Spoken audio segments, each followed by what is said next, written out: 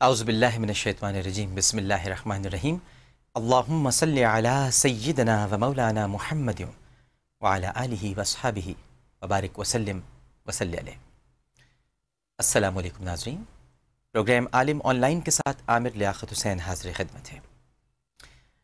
ناظرین کرام، اللہ سبحانہ و تعالی سورہ احقاف کی 5ویں آیت میں ارشاد فرماتا ہے،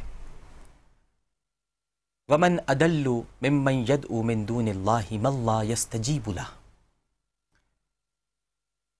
إِلَى يَوْمِ الْقِيَامَةِ وَهُمْ عَنْ دُعَائِهِمْ غَافِلُونَ۔ اس سے بڑھ کر کون گمراہ ہوگا جو اللہ کو چھوڑ کر ایسوں کو پکار رہا ہے جو قیامت تک بھی اس کی بات کا جواب نہیں دے سکیں گے، بلکہ وہ اس کی پکار ہی سے بے خبر ہیں۔ یہ صرف اللہ ہی کی شان ہے کہ وہ پکارنے والے کی پکار کا جواب دیتا ہے اور مصیبت زدہ کی مصیبت دور کرتا ہے۔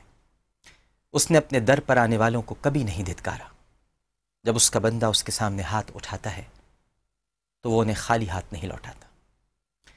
یہ صرف میرے رب کی شان ہے جو تمام عظمتوں اور رفعتوں کا مالک ہے، اور جو ہر رات فرماتا ہے کہ ہے کوئی مانگنے والا کہ میں اسے عطا کروں، ہے کوئی مغفرت طلب کرنے والا کہ میں اسے معاف کر دوں۔ میرا الہ، میرا آقا، میرا مالک، میرا مولا، میرا رازق، میرا خالق صرف وہ ہے جس کے بارے میں حضرت زکریا علیہ السلام جیسے نبی نے شدت جذبات سے فرمایا، اے میرے رب، تجھ سے مانگ کر میں کبھی محروم نہیں رہا، اور اس کے سوا کوئی اور در نہیں جہاں مانگنے والوں کی مرادیں پوری ہوتی ہیں۔ یہ باتیں میں آپ سے کیوں کر رہا ہوں، یہ آپ کی سمجھ میں آئیں گی جب میں آپ کو یہ کلپ دکھاؤں گا۔ ہمارے ملک کے صدر ہیں جناب آصف علی زرداری صاحب، جن سے کل ہی سارے اختیارات لے لیے گئے ہیں، لیکن جب ان کے پاس اختیارات تھے تو گڑھی خدا بخش میں انہوں نے کیسی گفتگو کی، پہلے ذرا یہ دیکھتے ہیں، پھر ایک دو جملے اور اس کے بعد اس پر تبصرہ کریں گے پروفیسر مفتی منیب الرحمان صاحب۔ ذرا کلپ دیکھتے ہیں کہ یہ کیا فرما رہے ہیں۔ کلا کہ تمہاری قبر پہ درود پڑیں گے، اگر ان کی عبادت نہیں کرو گے تو یہ اور ان کی نسلیں تمہارے پہ درود نہیں پڑیں گی۔ آج آپ میں ان پہ درود پڑھ رہی ہیں جو ان گڑھی خدا بخش میں شہیدان موجود ہیں۔ یہ شہیدوں کا مقام ہے، اس مقام پہ جو ہے وہ آ کے سیاست ختم ہو جاتی ہے اور سیاست عبادت بن جاتی ہے۔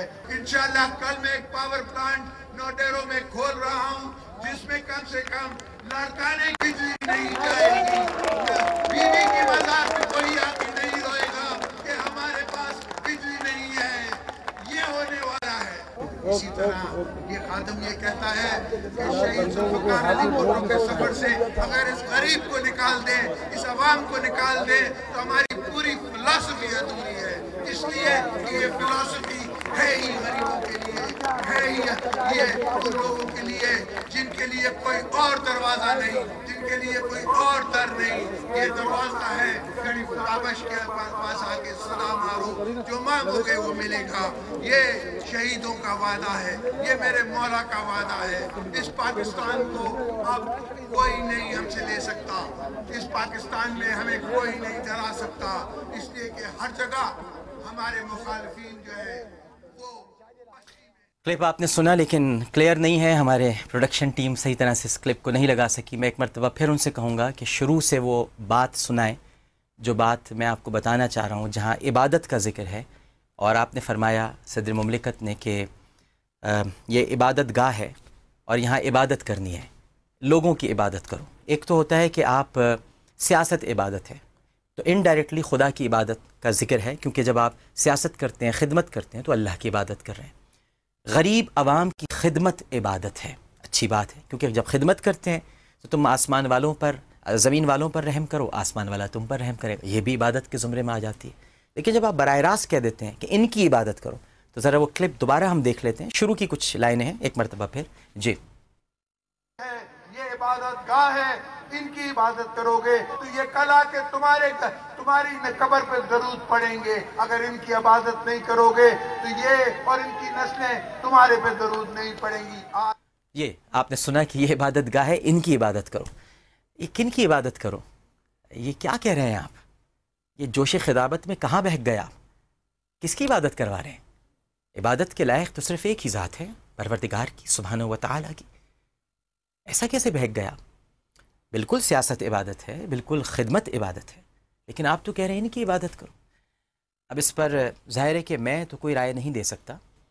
اسٹوڈیو میں موجود ہیں مرکزی رویت ہلال کمیٹی پاکستان کے چیئرمین ہیں، اتحاد تنظیمات مدارس دینیہ پاکستان کے سربراہ ہیں، اور تنظیم مدارس اہل سنت پاکستان کے سربراہ ہیں، مفتی اعظم ہیں پروفیسر مفتی منیب الرحمان صاحب. السلام علیکم. وعلیکم السلام ورحمۃ اللہ. کیسے مزاج ہیں آپ؟ اللہ پاک کرم. الحمدللہ. مفتی صاحب سے گفتگو کریں گے. ایک جملہ اور عرض کر دوں اور پھر ہم وقفے پہ جاتے ہیں تاکہ مفتی صاحب کی بات پوری ہو اور ہم کسی طرح سے اس میں قطع کلامی کا جزو نظر نہ آئے. بات صرف اتنی ہے کہ جو یہ منصب ہے یہ بہت اہم ہے جہاں پر اس وقت آپ ہیں. ماشاءاللہ صدر مملکت ہیں، اللہ تعالیٰ نے آپ کو صدر بنایا ہے. پاکستان کے 17 کروڑ عوام کی قسمت آپ کے ہاتھوں میں ہے، آپ جو چاہیں فیصلہ کریں. لیکن آپ نے یہ بھی فرمایا تھا اپنی خطاب میں، ہم جسے چاہیں بادشاہ بنائیں، جسے چاہیں فقیر بنا دیں. یہ جو سب آپ باتیں کر رہے ہیں مجھے بہت ہمدردی ہو رہی ہے آپ سے کہ یہ باتیں پہلے بھی کسی نے کہی تھیں اور پھر اس کے بعد اس رعونت سے وہ جیتا تھا کہ مرنا ہی نہیں ہے، تخت پر بیٹھا تھا یوں جیسے اترنا ہی نہیں ہے. تو اقتدار آنی جانی شے ہے. اللہ سبحانہ و تعالیٰ کی ذات اور صفات میں کسی کو شریک نہ کیجیے. یہ مزارات میں جو گڑی خدا بخش کے مزارات میں شہدا ہیں بہت عظیم ہیں، لیکن یہ کسی کو کچھ نہیں دے سکتے. دینے والی ذات صرف اللہ کی ہے.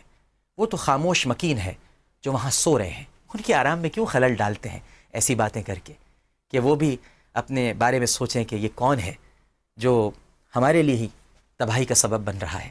انہیں سونے دیجیے. مزارات سے آپ کیا مانگیں گے؟